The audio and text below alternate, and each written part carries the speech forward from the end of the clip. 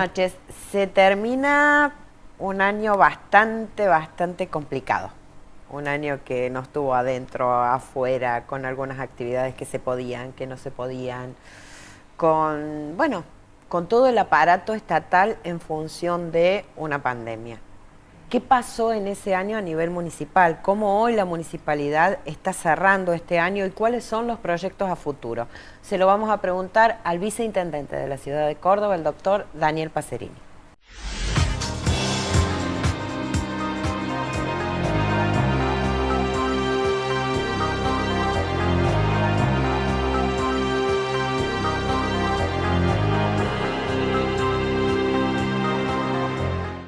Ahora, tus comidas son más ricas con el nuevo untable Por Salud de Manfrey. Va con todo, un verdadero aliado en tu cocina. Nuevo Por Salud de Manfrey. ¡Probalo! Manfrey, eso que te gusta.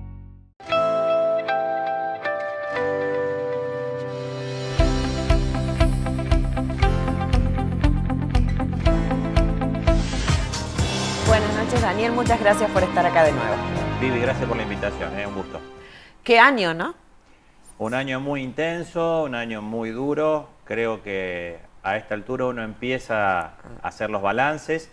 Ya estamos con la previa de la Navidad y es un tiempo de balance. Y ha sido un año muy duro, muy intenso, un año electoral, un año en el cual la Municipalidad de Córdoba, en nuestro segundo año de gestión, realmente hemos llevado adelante muchas acciones que realmente teníamos planificadas.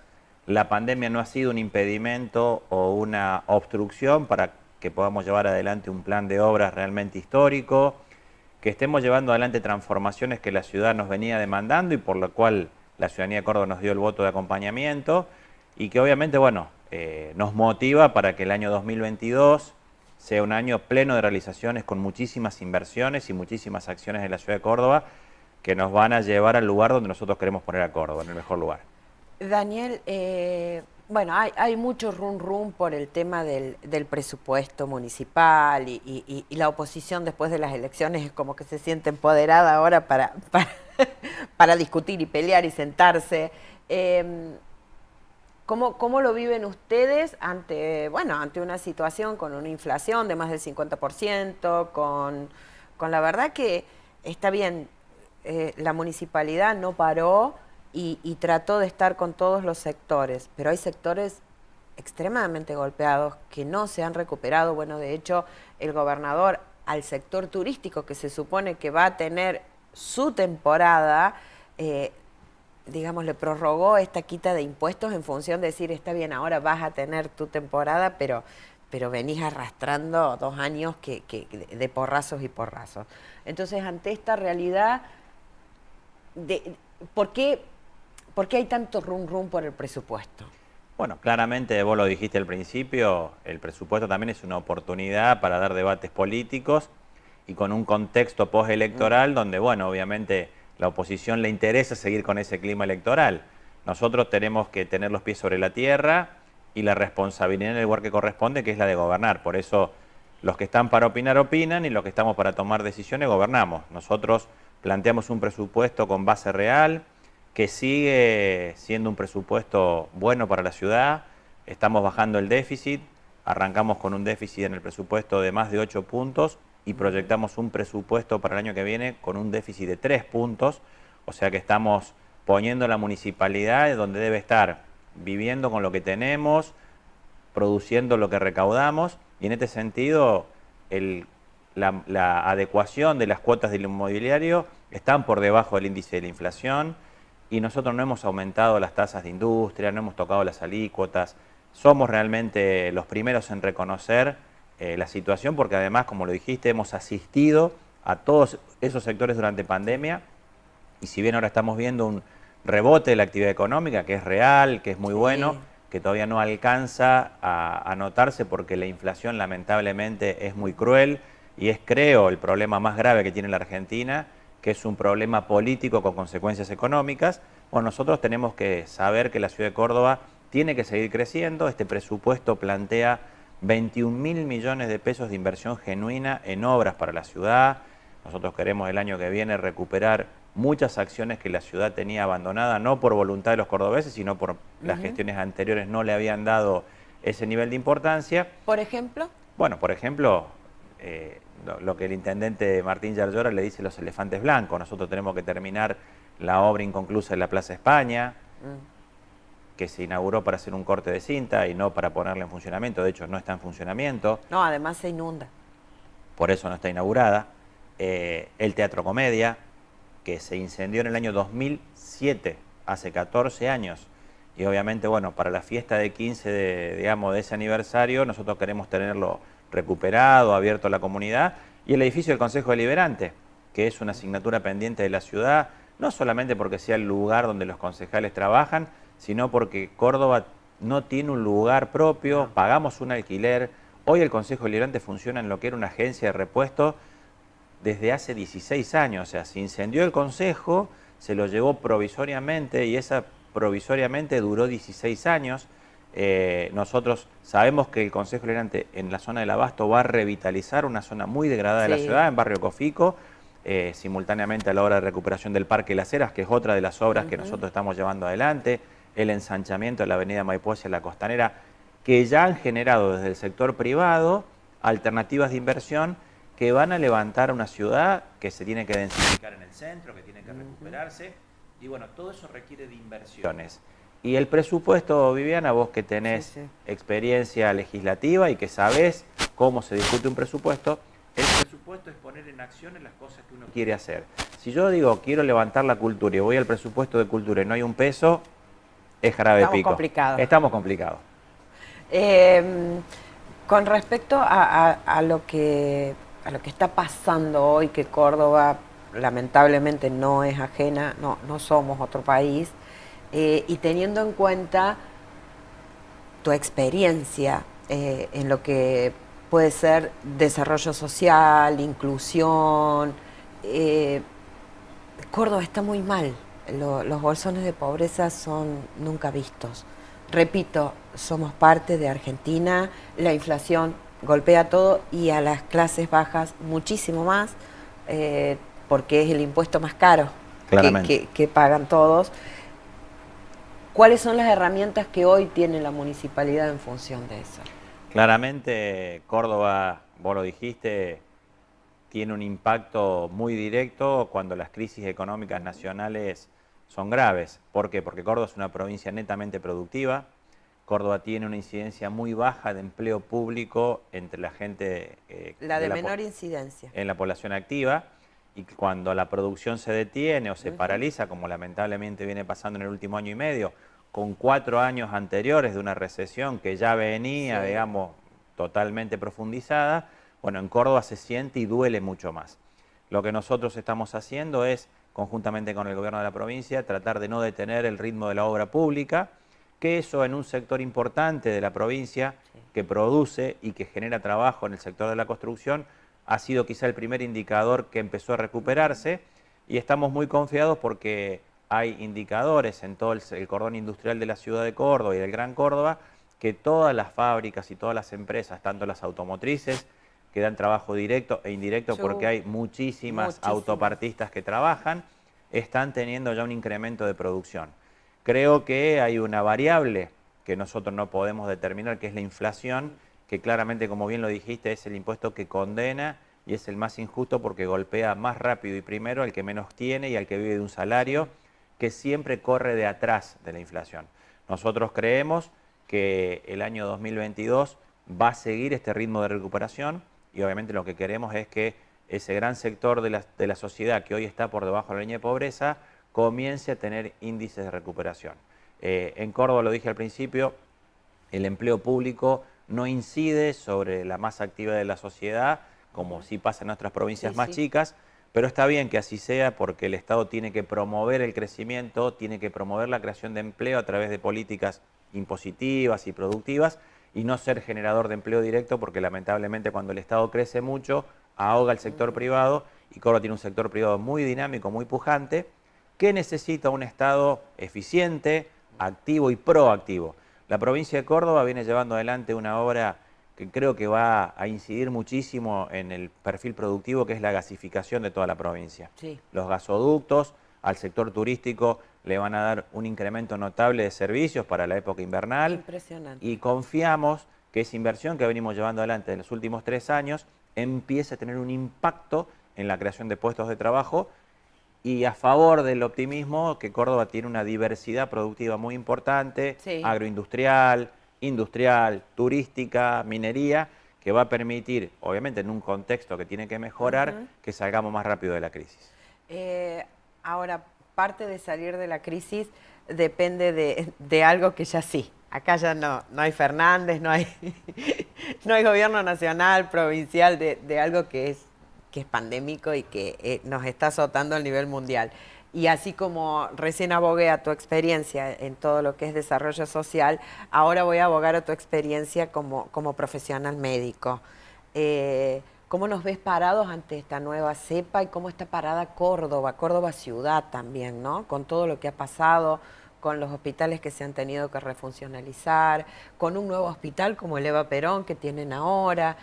Digo, en el área de salud, que si bien sos viceintendente, pero bueno, sos médico y debes estallar ahí seguramente. ¿Cómo está parada hoy Córdoba capital? Porque uno lee el diario y bueno, y Alemania cierra, y si no estás vacunado no podés entrar a un restaurante en Italia, y España, y el aeropuerto. Entonces dice, bueno, ¿cómo estamos los cordobeses? Mira, es una pregunta muy atinada porque creo que nosotros hoy estamos viendo anticipadamente lo que pasa en Europa. Europa está tomando muchas medidas restrictivas que si bien son preocupantes, son preventivas. Es decir, no está restringiendo porque tiene colapsado el sistema sanitario. Hoy está tomando medidas restrictivas para prevenir y creo que la medida o el gran término en el cual hoy estamos todos buscando información, que son los pases sanitarios o pasaportes sanitarios, tienden justamente a algo que yo escuchaba a un médico argentino que está en Francia, que da la tecla, ¿no? El pasaporte sanitario no es una pérdida de libertad para nadie, es justamente darle restricciones a quienes deciden no inmunizarse. Es decir, si vos decidiste no vacunarte por tu libertad individual, que es una discusión 2 pesos aparte. Sí, no vamos a entrar en eso. No hay libertad individual que se anteponga al bien común. Por supuesto. Pero bueno, claramente es una discusión de tiempo perdido, porque nunca vas a convencer a alguien de lo que no se porque quiere además convencer. El que no lo hace es en realidad un fundamentalista. Así es. Entonces es muy complicada la Pero discusión. básicamente, Viviana, entiendo que esas restricciones se toman sobre un escenario muy favorable desde el punto de vista que tenés camas disponibles, estás justamente tratando de promover que se terminen de vacunar los que todavía no se vacunaron. Y sí, la buena noticia es que la vacunación, independientemente de cuál fuera la marca de la vacuna, está dando un resultado positivo. Y para los fundamentalistas antivacunas, creo que la única verdad es la realidad. Está demostrado que las vacunas no matan, que lo que mata es el COVID. Ninguna vacuna provoca la muerte de los pacientes. Todo lo que por ahí sale en las redes no tiene evidencia científica. Acá la información de pandemia tiene que estar fundamentada en evidencia científica, en datos reales. Y creo que la Argentina y Córdoba particularmente está bien parada frente a esta situación. Estamos en un momento en el cual el Ministerio de Salud de la provincia tomó una decisión excelente, que es la de administrar libremente la tercera dosis, es decir, sin turno programado, a todos aquellos y a todas aquellas pacientes que ya cumplieron 6 meses de la segunda dosis. Es decir, podemos ir a los distintos vacunatorios con el certificado de vacunación. Si hace 6 meses que te colocaste la segunda dosis, a la hora que fueres, te colocan la tercera dosis y es, me parece, la mejor barrera para esperar a la variante Omicron o a las que vayan saliendo. Seguro. Esto también hay que decirlo. Vamos a ir cambiando de letras, de nombre, porque va mutando el virus, como pasó con el virus de la gripe. Lo que se está viendo en estas primeras semanas de resultados de la variante Omicron es que justamente el mayor impacto sanitario, lamentablemente, se da en los continentes más vulnerables por falta de vacuna, como África, que tiene un porcentaje bajísimo. Sí, creo que del 3 o el 7%. Sí, Sudáfrica, el que más alto tiene el 6% de vacunación de primera dosis. Es decir, estamos viendo también que esta es una reflexión para los líderes mundiales, que tiene que haber un acceso más importante.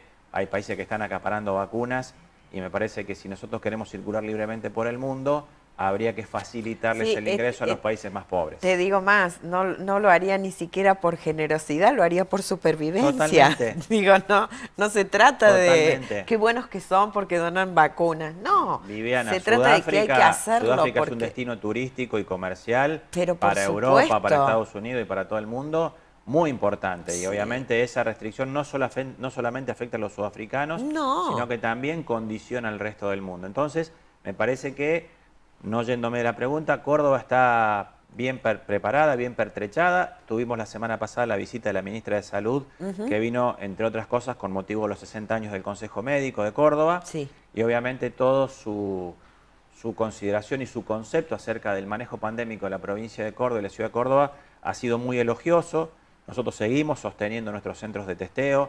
Tenemos Sí. un centro 24 horas en el viejo registro civil, Sí. único en la Argentina, y que realmente lo vamos a sostener porque sabemos que la pandemia no terminó.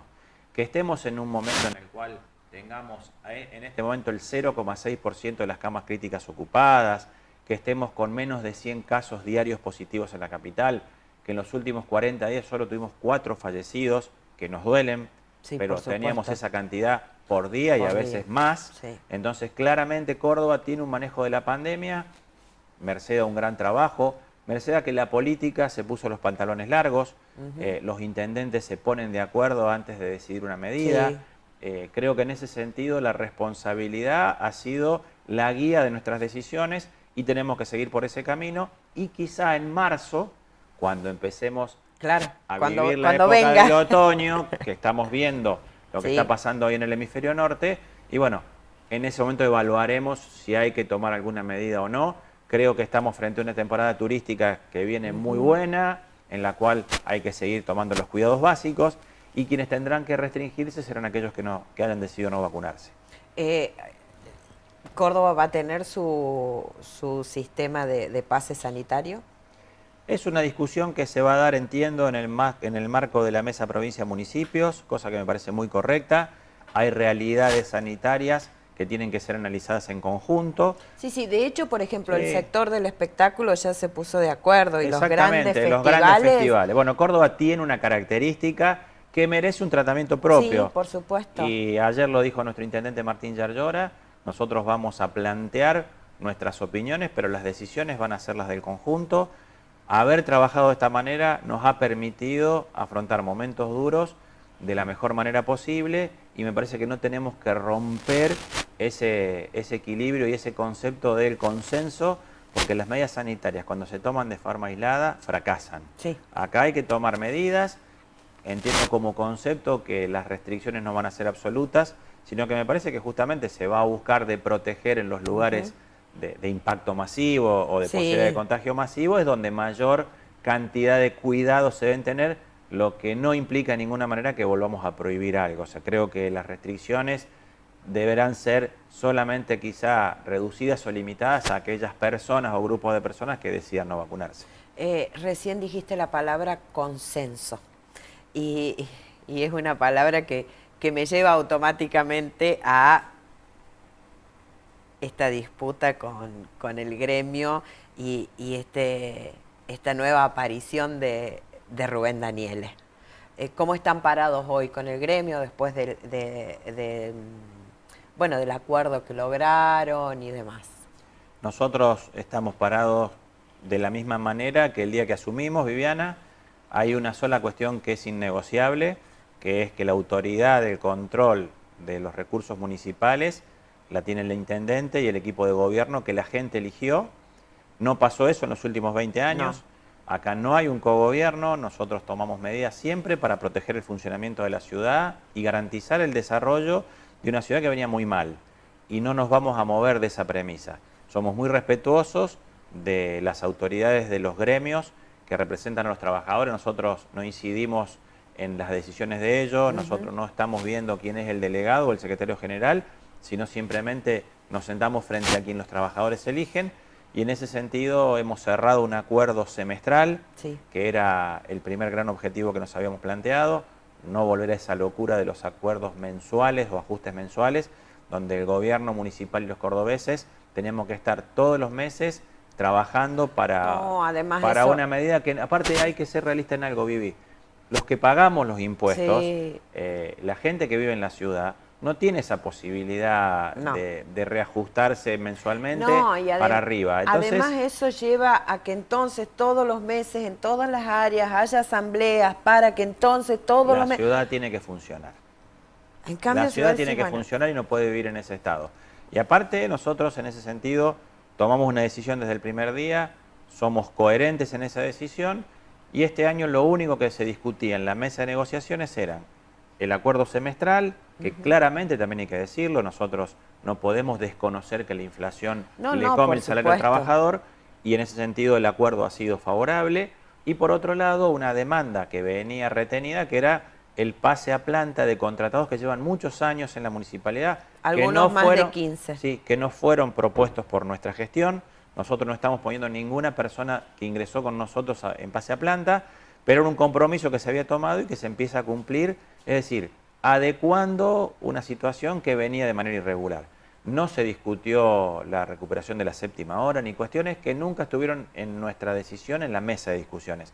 Así que se cerró eso, así que quienes trabajamos desde el lugar de funcionarios y quienes trabajan del lugar de operadores de la municipalidad y trabajadores de la municipalidad, lo único que tenemos que hacer es trabajar y mucho para que la ciudad se recupere. Ay, qué lindo escuchar eso, que por 6 meses, entonces, como ciudadana, sabes que que vas a ir al CPC y te van a atender, que vas a ir a la municipalidad y te van a atender. Y hoy los CPC tienen más herramientas para atenderte más que antes. Ya tenemos las bases operativas que funcionan en 3 de ellos. El de Argüello, muy cerca aquí del estudio, Sí, ya sí. está próximo a inaugurarse. La idea es que los CPC vuelvan a tener soluciones cerca de donde están los Sí. problemas. Y Sí, no sí. depender de una asamblea o de un lugar que está muy lejos para que te venga una grúa a cambiarte una luz y que a lo mejor por un foco estás 6 meses, como pasaba en mi cuadra, reclamando, Claro. y que ahora por suerte ya son automáticos, hay aplicaciones. Creo que la decisión de la modernización y de la innovación en la municipalidad llegó rápido y se está notando. Nos quedan 2 segundos. Primero, todo el mundo destaca tu perfil de consenso, de diálogo, de negociación constante. Entonces, 2 años después, ¿cómo es trabajar como viceintendente y como presidente del Consejo Deliberante de la ciudad de Córdoba? Y segundo, bueno, un mensaje para los cordobeses ahora que estamos en esta época de balances y de fin de año. Bueno, en primer lugar, creo que la política, desde mi perspectiva, es justamente esa, buscar acuerdos para resolver problemas. Y siempre creo que los problemas se resuelven mejor cuando uno tiene varias miradas y no creer que uno solo es el dueño de la verdad. Por suerte lo aprendí hace mucho tiempo y lo practico todos los días. Y para mí es un aprendizaje diario y permanente el poder escuchar a mucha gente. Creo que esa debería ser la base de la política. Hay una creencia de que el buen político es el que habla lindo. Sí. Para mí el buen político es el que escucha mejor. Y en ese sentido escuchar también significa no solamente tener el oído abierto, sino la mente abierta y romper a veces con algunos credos que uno trae y decir, no, pues yo soy de este partido, no puedo hacerte caso a vos que me traes una mirada y que vos sos independiente. Si tu mirada es mejor que la mía o le agrega la mía, seguramente el problema lo vamos a resolver más rápido y mejor. Esa para mí es la premisa siempre. Y a la hora del balance, claramente estamos cerrando un año muy duro, muy difícil, muy triste, con mucha pérdida de gente querida, con mucha pérdida material. Claramente lo material siempre es en menor escala a las pérdidas humanas, pero también con el capital de enseñanza que nos da estar viviendo una época, Vivi, que nunca pensamos que íbamos a vivir. Yo digo que esta pandemia es una época que va a quedar grabada en la historia y de la cual tenemos que tratar de justamente aprender todo lo mejor. Y mi esperanza, mi expectativa y el aporte que voy a hacer en esto es que lo que venga después de esto sea una nueva modernidad, no una nueva normalidad. La normalidad que teníamos no estaba buena. Creo que tenemos que tomar conciencia de que no podemos seguir destruyendo el lugar donde vivimos. Creo que la conciencia de tomar el lugar donde estamos como una casa común debería ser una premisa importante. Y dejar de seguir este camino autodestructivo que tiene nuestra Argentina desde hace muchos años, donde creíamos que del 83 para acá estaba todo bárbaro, estaba todo arreglado y lamentablemente seguimos con esta cuestión de mezquindades, de pequeñeces. si pudiera hacer un pedido, soy cristiano, soy creyente, y siempre para estas épocas uno pide, Sí. yo pediría justamente que todo esto feo que nos pasó nos haga mirar un poquito mejor la cosa y que dejemos de mirar al que está enfrente como un enemigo. Tratemos de mirar al que está enfrente como el que está al lado. Me parece que ese sería el mensaje. Sí, tratemos de aplicar el Evangelio y de mirar al que está enfrente como el prójimo. Así es. Y cumpliendo el primer mandamiento, decir, bueno, ama a tu prójimo como a ti mismo. Desde esa base empezar a construir una sociedad distinta. Mejor. Mejor. Mejor, porque creo que también venimos hablando de cambio, y me parece que lo que nos hace falta en realidad es transformarnos más que cambiar. Me quedo con eso. Me quedo con que nos hace falta transformarnos más que cambiar. Así es. Porque la transformación es interna y es la que perdura a través del tiempo. El cambio es tan dinámico que hoy cambia para acá y mañana para allá. Y hemos cambiado tanto que estamos en el mismo lugar desde hace mucho tiempo. Demasiado. Y creo que justamente la transformación también tiene que ser un hecho cultural, colectivo, pero que empieza con cada uno. Me quedo, la verdad que me resulta complicado cerrar el programa después de las palabras del viceintendente, así que se las voy a copiar. Me voy a quedar con eso. La transformación tiene que ser social, pero empieza por cada uno. Y en esta época de balances, estaría bueno que dejemos un rato los aparatos, los teléfonos, las computadoras, el televisor, y pensemos qué podemos transformar nosotros en nosotros mismos para poder lograr una sociedad mejor. Buena semana, buenas noches.